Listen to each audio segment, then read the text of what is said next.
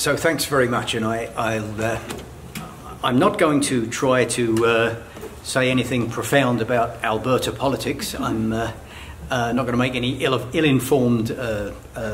put forward any ill-informed opinions, except to say that I suspect I'm in a room full of people who reckon the impending prospect of Jason Kenney is not good news. And I want to try to draw from the experiences in Ontario some lessons that I think and hope will be relevant for people here.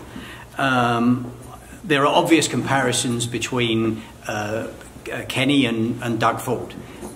They seem to be politically very close at this particular point in time. And the Ford government in Ontario represents what we could call an attack regime. I think there is a general international policy direction of neoliberal austerity, but within that international edifice there are regimes that emerge that are particularly severe, particularly intense. Ford represents that. At different times there have been regimes that pushed the limits, were cutting-edge regimes. Margaret Thatcher, Ronald Reagan, Mike Harris in Ontario in the 90s and early 2000s. There was some hope after the Great Recession of more than 10 years ago now that agenda of austerity was going to be replaced by a return to something more kind and gentle. But I think those hopes were misplaced. In fact, what we've seen is a kind of a hyper austerity. There are moderate versions of it and there are extreme versions of it, but the general direction internationally is to attack workers, to undermine the social infrastructure, and to increasingly implement an agenda of privatisation. And there have been places in the world where it has happened on a disastrous scale. Back in the UK, since 2010, the austerity agenda and the attack on social programs has been quite remarkable. In Brazil at the moment, we have Bolsonaro in power, going with an agenda that's going to clearly be enormously brutal. But even the avowed moderates, look at Macron in France, are quite capable of engaging in very, very, very severe attacks. So what I want to do is try and trace some of the struggles that OCAP and others in the province of Ontario have taken up over a number of years. And I want to draw some lessons from it.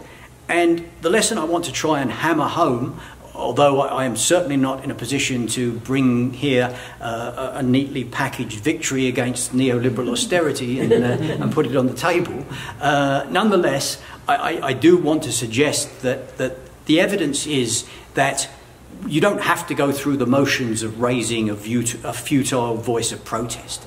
That it is possible to, as we like to say in OCAP, fight to win. That you can actually make a difference. The attacks have proceeded. There has been effective resistance, but I do want to say the need to build much stronger and more effective resistance is also absolutely critical. So I'll begin the narrative.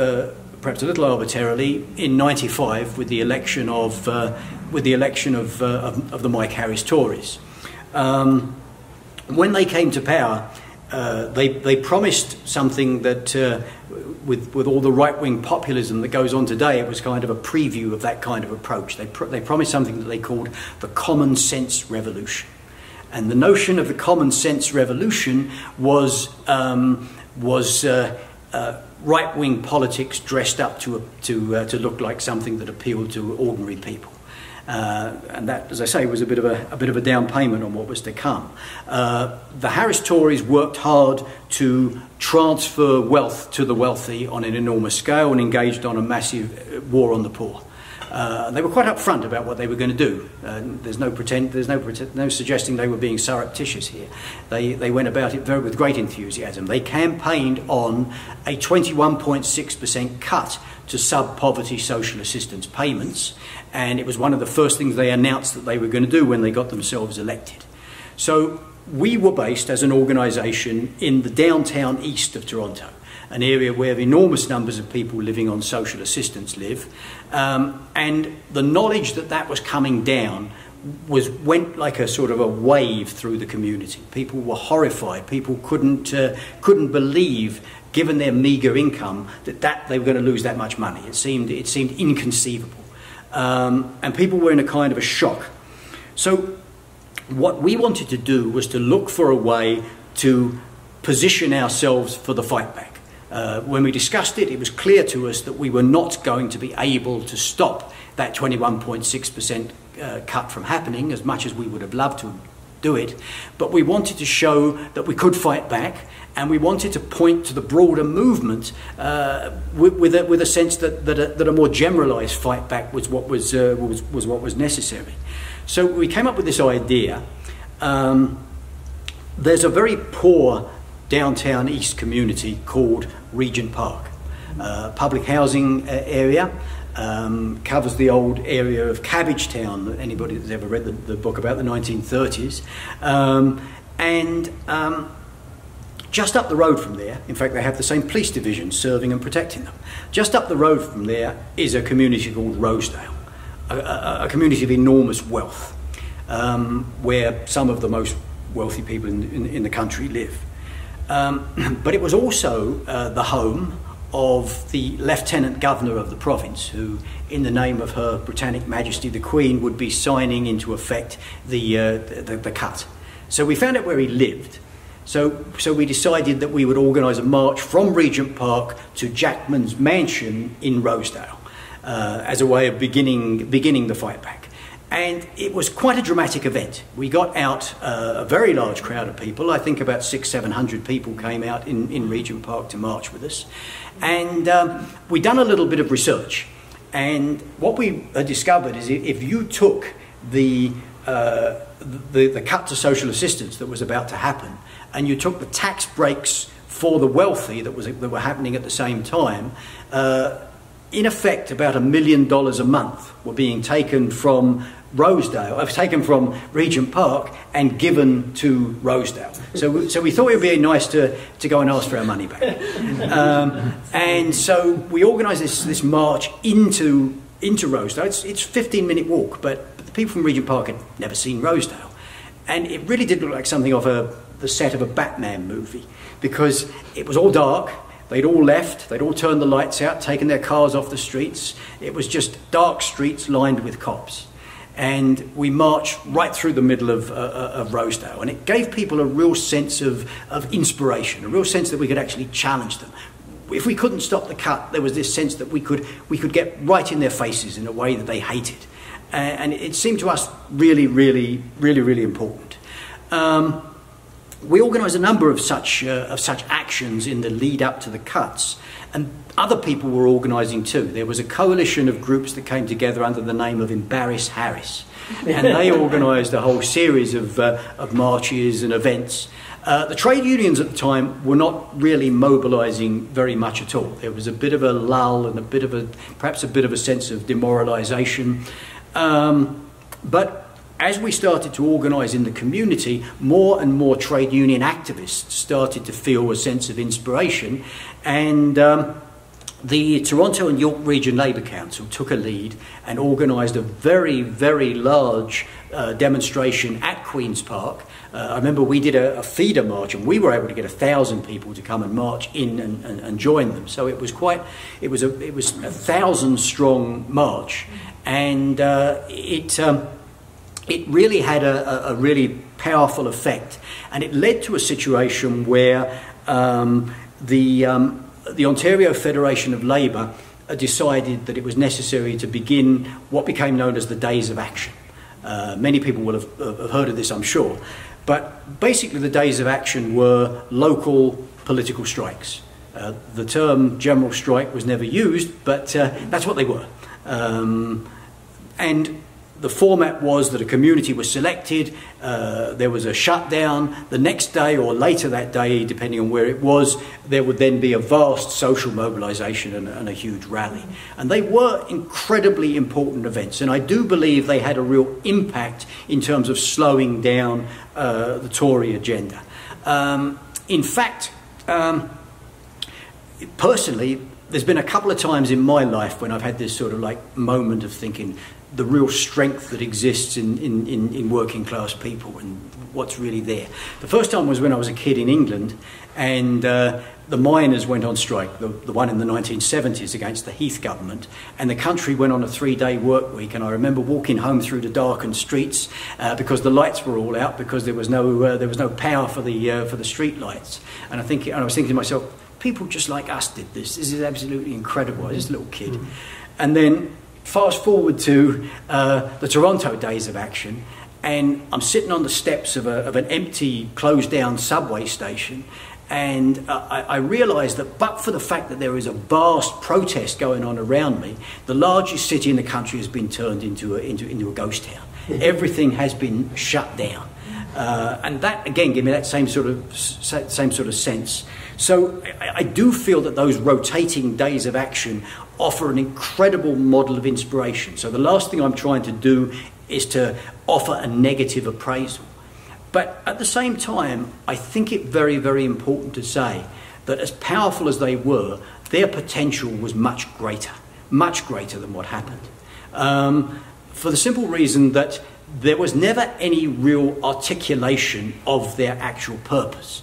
Was it about trying to pressure the government? Was it about trying to stop the government implementing this or that measure? Was it about bringing down the government? We never really got a sense of that. No one ever really articulated that position. Some of the people that went to the microphones and were allowed to speak suggested that's what they should be, but there was never any decision taken to articulate it that way. And the other thing, of course, is that there was no plan to escalate. The first one was in London, Ontario, where there's a lot of car plants in that area. It was very powerful. It was perhaps a good choice to start it in a community of that size, but not the industrial heartland. Then we go to Hamilton, definitely a step up, the Steel City. Although much of that has unfortunately been destroyed, but nonetheless, a great working class industrial centre. That's really, really important. But then Kitchener-Waterloo, and no offence to all the people in Kitchener-Waterloo, but definitely in terms of a strategy for escalation, we're starting to... So you never really knew what the plan was, because there wasn't a plan. The thing would be organised, it would be magnificent, you'd see this vast mobilisation, and then at the end of the day they'd go away and have a discussion, and you'd hear back from them some weeks later about what the next step was. So you can't build a movement that way. You can't bureaucratically dither with people. You've got to actually put a real plan on the table that people can get behind. So that, I think, was the big shortcoming. And ultimately they were called off. And they were called off with Harris still there, Harris still implementing his agenda. And people outside continued the fight. There were other major strikes, major teacher strike that took place. There was still lots of resistance. We organised to the best of our ability to continue the fight back. But the Harris agenda, although it was weakened, was allowed to live, and that didn't need to happen. I think that's my fundamental point. Is I don't think that we have to have the sense that anyone, whether it's Mike Harris in the past, whether it's Doug Ford today, or whether if this is the case, Jason Kenney, there needs to be no sense of inevitability about the thing that they're doing. There is the possibility of challenging them. So anyway, the Tories ran their course, exhausted their political shelf life, you might say, and it was time for the Liberal Party to step in and do what it does so well, which is to more quietly consolidate the agenda of what the Tories have been doing. And so they come to power in 2003, and they were, in terms of poverty, they had been the conscience of the Tories, more I would say than the NDP. Their finance or their social services critic, Sandra Pupatello, was a kind of was a relentless, merciless critic of the inadequacy of social assistance rates in the province of Ontario, constantly condemning them. So they come to power and nothing happens. They don't implement a Harris cut, but they implement increases that are just a little bit above above zero and below the rate of inflation. So people continue to get poorer, and that was on social assistance. The Liberals similarly took the underfunding of hospitals, the underfunding of post-secondary education further than the Tories ever did. With regards to the social assistance rates, that was our key fight, and I'm speaking primarily from the standpoint of the work that OCAP carried out. We recognised that the situation now, after the 21.6% cut, the rest of the time that the Tories were in power, the rates being frozen and allowed to fall against the rate of inflation, and the Liberals continuing that process, that things were becoming absolutely dire. So we looked for a way to actually fight back. In a meaningful way. And we carried out various actions directed at the Liberals, but we came up with this notion of what we called full entitlement. Our idea was that if we couldn't at this point win a major increase in social assistance rates, what other supplementary benefits and such like could we access that people were not getting in order to get more money to people? And we actually struck rich, because we came up with a benefit. One of our members raised this question. There was a benefit, there still is a benefit, called the special diet for people on social assistance in Ontario. And what it is, it means that if a medical provider deems it necessary, you can get up to $250 extra per month per person. And so we said to ourselves, well, nobody knows about this. And if people do know about it, they go and apply, and they're told by their local office, oh, no, you go away, you're not getting that. So it was a negligible little benefit. But we said, how about if we promoted knowledge of this benefit? How about if we let everybody know about the special diet? What are the possibilities there? How about if we didn't just let people know, but we actually brought together sympathetic medical providers and got them to sign people up? And then, when they denied people, we carried out vigorous collective action forms of advocacy to ensure that people got the money that they were entitled to. So we launched this special diet campaign in 2005. And it had an immediate and dramatic effect. We started organising what we called hunger clinics, and people came out, and we would have providers sitting there filling in the forms, and people got their money, or at least they got their applications. They would take them to the offices, and they would be denied. So what that then meant is that if people wanted their money, they had to fight for it, which from an organising point of view, I'm sorry to appear cynical here, but I have to say was an incredible benefit. Because what it meant was people were forced to take the road of activism, and they did. All kinds of people. In Toronto, incredible numbers of people went and occupied the mayor's office, went into welfare offices, went into Ontario Disability Support Program offices, went to the Minister of Community Social Services office. All these kinds of actions continued to take place, and lots of communities were involved, enormous numbers of different communities, but the community that spearheaded the whole thing was the Somali community, overwhelmingly Somali women, who played this incredible role of organising to get the special diet. We've got this video of Metro Hall, where the head office for social services is, and we've got about 250 Somali women with it taking their shoes off, banging on the walls, going, we won't be quiet till we get the special diet. And so it had a dramatic effect. It spread beyond Toronto. It spread beyond anything we could do, because poor people just found out about it and would go to their doctors, go to walk-in clinics. The Auditor General was aggrieved because the benefit had gone from something that was paying $6 million a year to something paying $200 million a year, which was incredible because, I mean, relative to the actual cuts to social assistance, we weren't closing the gap, I'm not suggesting, but we were getting money to people. And the impact it had on people's lives was absolutely incredible. I remember getting a call one day. I was sitting in the office and I happened to pick up the phone, and it was from a woman who just got the special diet, and she's crying her eyes out. And the reason she's crying is because with the money she's just got, she's gone and bought fresh strawberries, and her children are eating fresh strawberries for the first time in their lives. And I mean, that's wonderful for that family, but something politically important about that I just can't begin to describe. The notion that a community could fight back in that way and win something so precious was just absolutely incredible. The government over time, of course, moved to curtail the program, make it harder. The kind of organising we were doing was no longer possible, but freedom of information that we did showed that in fact the special diet money has continued to increase in the province of Ontario. So it remains a lasting gain. The next thing that they went after was a benefit called the Community Startup and Maintenance Benefit. A benefit that people on social assistance could access if they needed to get housing, they were homeless, or if they were at risk of losing their housing.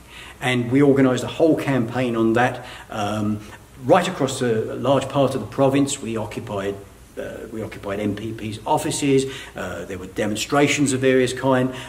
Indigenous allies on the north shore of Lake Huron shut down the Trans-Canada Highway. There was just this incredible mobilisation around it, and it forced the government to put $45 million back into the program, although they still downloaded it onto the municipalities and in that way significantly undermined the benefit. But it was still very, very important that we were able to gain that.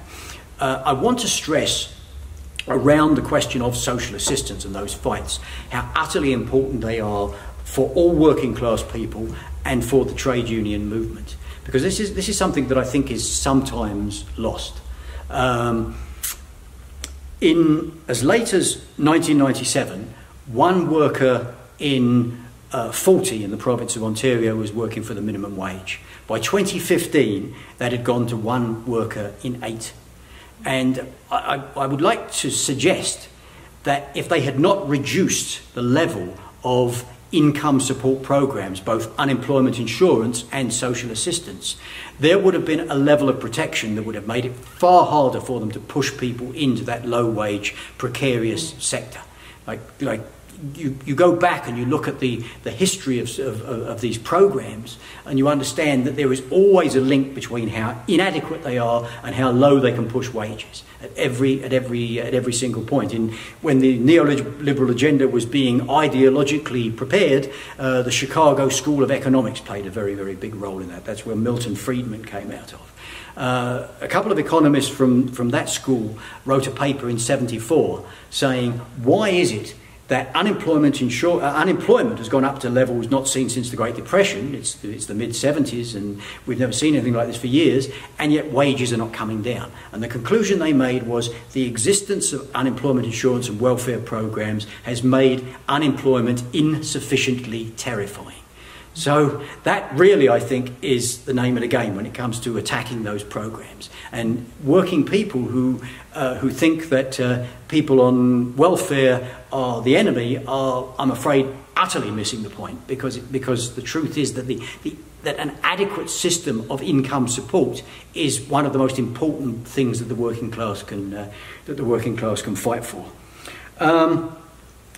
So I also want to mention the fact that during those years, we found ourselves having to play a very, very big role in terms of fighting against the growing crisis of homelessness in the city of Toronto. If you look now everywhere, you can see that there is this kind of tipping point has been reached in the United States. Vancouver's atrocious, all across Canada, many European countries, even Germany has got a homeless crisis now spinning out of control. The neoliberal agenda's most extreme manifestation is destitution, I think, and it's starting to really unleash in ways that are quite astounding. Over the years, we've fought back against this growing crisis of homelessness. We've taken over empty buildings, and in some cases been able to get them turned into social housing. On one occasion in '99, we set up what we call a safe park in a downtown park and held it for 3 days. We were eventually dispersed, but it led to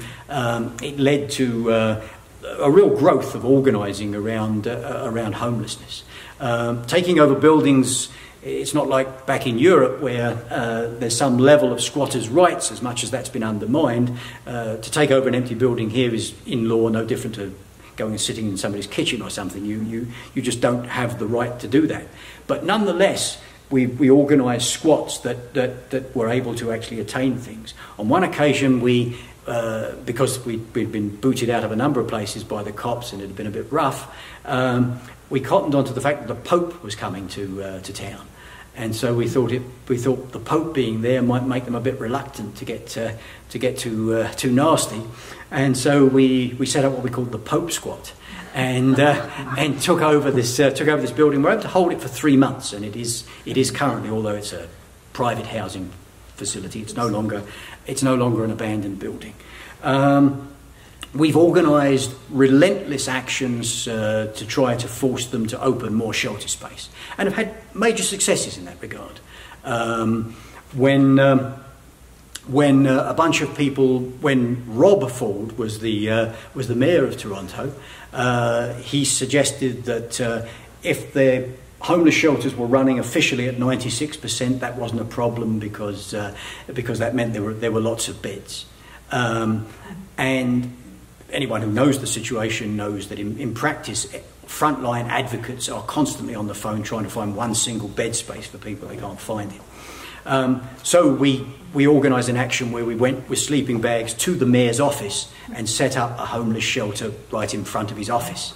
And that led to a situation where more space was opened up, and the 90% policy was reaffirmed, although still not by no means fully implemented. In response to one particularly horrendous street death, we organised a sleep out in front of Mayor John Tory's luxury condominium, which is known as the Tower of Power, and that had a very, very positive effect. So that struggle has been ongoing, but it's been a situation where we've won hundreds of shelter spaces. We've forced them to open respite centres, warming centres, 24-hour drop-ins. These things have all saved lives, but they're measured up against a growing crisis. There are now in Toronto some 7,000 people sleeping in the official shelter system on any one night, which is a huge growth, but another 1,000 people cramming into substandard backup facilities that don't meet the basic shelter standards, where people may sleep on the floor, sleep in chairs, absolutely without showers, without enough toilets. I mean, you know, an appalling situation. But that fight has been ongoing.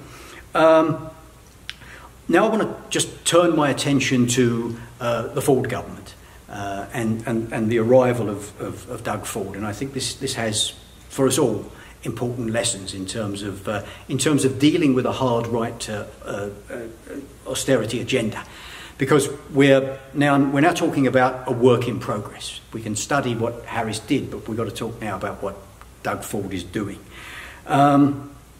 Ford likes to use the term, and I've heard similar rhetoric coming from Kenny, he likes to say that Ontario is open for business, and it's clear what he means by that. He means that we will lower all standards so that we will become an incredibly lucrative place for the most exploitative employers to set up business. So much so that the Liberals, they were tacking tactically a little to the left in their final days, I think, and put a few things in place that were fairly positive.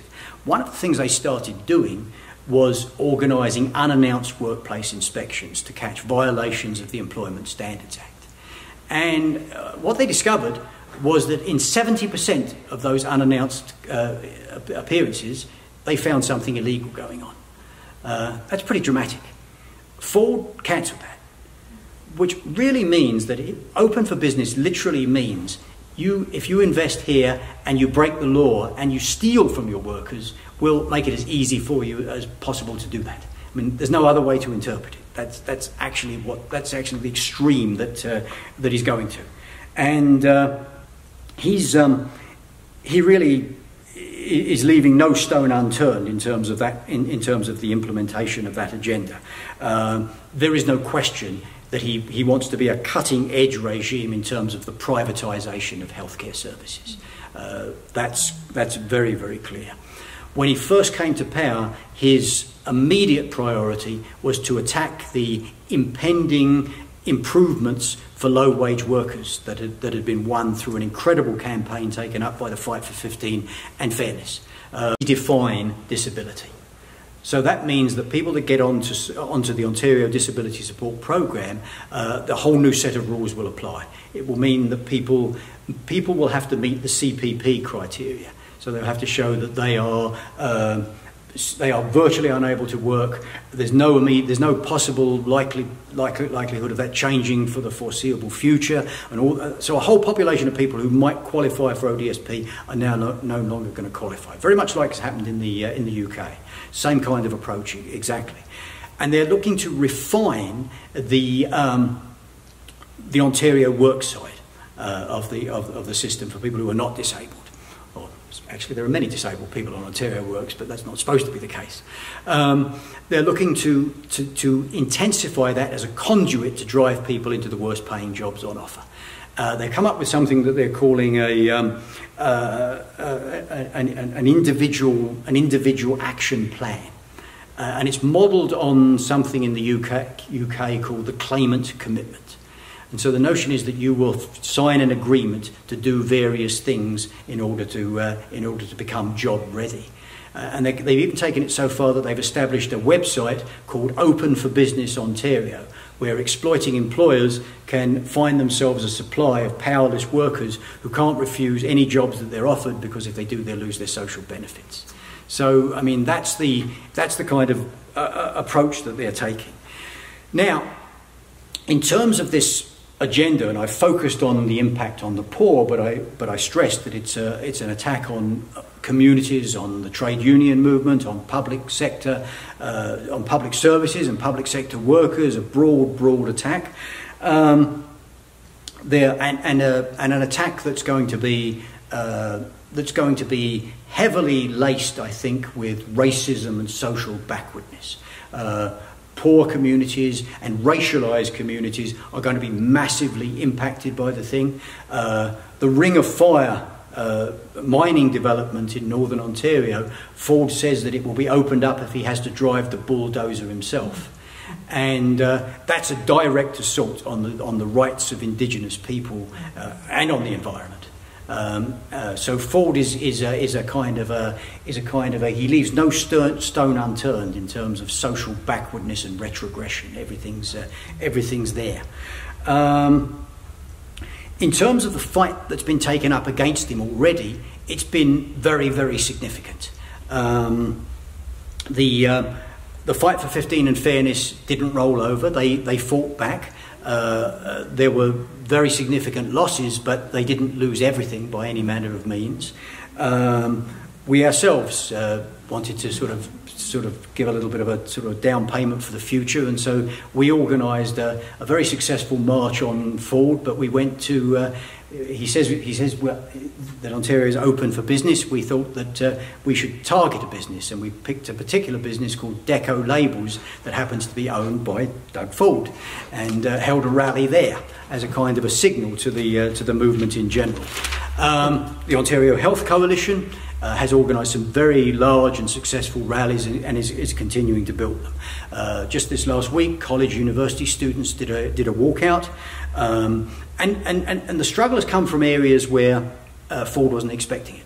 Attacks on the rights of families with autistic children has got an incredible fight back has been taken up that has stung the Ford Tories.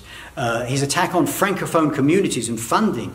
Rallies were organised that he just didn't see coming and he didn't expect, and he was forced into some tactical retreat. And most incredibly, some months ago, 40,000 high school students walked out in protest against his regressive curriculum changes and underfunding, and his cancellation of programs for Indigenous students. And they're going to do it again on April the 4th, and there are predictions that 100,000 kids are going to walk out, which is absolutely incredible. So I didn't come here at all to paint a picture of doom and gloom and suggest that Ontario is wretchedly defeated. But much more needs to be done. And that's I think, the point. We need to think in terms of what would it take to actually defeat the Ford agenda. We don't want to go through 4 years of registering our protests. We want to think in terms of how can this be stopped. Just this week, the Ontario Federation of Labour organised a really large gathering. They used the term the power of many, and they put forward their sort of ideas for organising, and many of it was positive initial directions. They're setting up rapid response committees. Was a really positive idea. They want to start going to MPPs' offices and protesting at them, and I think that's a very good tactic. But I have to say at the same time that that's a way in which we must build, but we have to ask ourselves, what are we building to? You know, compared to the Tory party establishment and the local chambers of commerce, I don't think that some rallies at MPPs' offices are likely to actually drive them into a state of demoralised defeat. I think we're actually going to have to think of something much stronger than that. And the days of action that I talked about against Harris, I think, begin to point us in the direction. What I think we need to build is, with a very democratic local base, a common front of resistance against the Tories. It's got to be rooted in the communities. It's got to be rooted in the workplaces and in the unions, and it's got to have a perspective of providing mutual support. The attack is going to take the form of 1,000 cuts. It's going to be a hospital is in danger. It's going to mean a school building is crumbling. It's going to mean a social housing project is facing terrible disrepair. Homeless shelter is closing. Injured workers are being attacked. Unaccountable police brutality is unleashed against the communities of colour because Ford is removing all forms of police oversight and all these kinds of things. A million examples. It's going to be groups of public sector workers going on strike. All these things, and we've got to have this notion of defending our gains and leaving nobody behind. But above all else, we've got to have a plan of escalating the struggle. As we build, we have to have a sense of growing and escalating the tactics. Because I think what is required is to inflict on the Ford regime and the business backers of the Ford regime a level of economic disruption that creates for them a political crisis. Right? That's what's got to actually happen. That's what would actually stop them. That means the political strike, but it means the political strike backed up by mass mobilisation from communities. And I really believe that isn't by any means an impossible dream. And I don't think it's just a question of what does the OFL intend. I think it's a question of what can we build? What can we build in our workplaces, in our unions, and in our communities? I'll just say that, to bring it to a close, I'll say that I think that that in Ontario at the moment, we find ourselves, and shortly I'm afraid people here may be having to draw the same conclusion, but we are dealing with one of those cutting-edge regimes of austerity and privatisation. And the question, I think, is this, is that it gives us it presents us with incredible dangers, but it also gives us immense possibilities. Because a victory against one of these regimes would be incredibly important and incredibly infectious. I think people everywhere across the country and everywhere internationally, people would look at those kinds of struggles and say, this is how you organise, this is how you fight back, this is how you fight to win. Austerity and the austerity agenda are not inevitable. And I don't think I'm just sort of like, I don't think this is wishful thinking. I mean, the World Bank and the IMF have said this. There is this incredible volatile mood of anger that exists. And sometimes it's been drawn away by right-wing populists, but not always, not always. In Britain, who predicted that Jeremy Corbyn and the rejuvenation of the Labour Party would occur in the way that it has? People didn't see that coming. The yellow vests, I'm not talking about the crowd here, but for all its complications and all its contradictions and all its limitations, you've got this movement that has created a crisis for the Macron government. And precisely because it isn't a movement that left movements had control of. That's a sign of perhaps the weakness of the movements on the left, but it's also a sign of the incredible volatile anger that exists in the base in this society. And that mood and that anger is there. But we've got to, I think, give it an expression, give it a real way forward. And I don't think that the Fords and the Kennys and these people have an inevitable path to impose their agenda of human misery on people. I think there's enough power and enough strength in our workplaces, in our communities, and in our unions to stop them. I do believe we can stop them. I do believe we can fight to win. Thank you very much.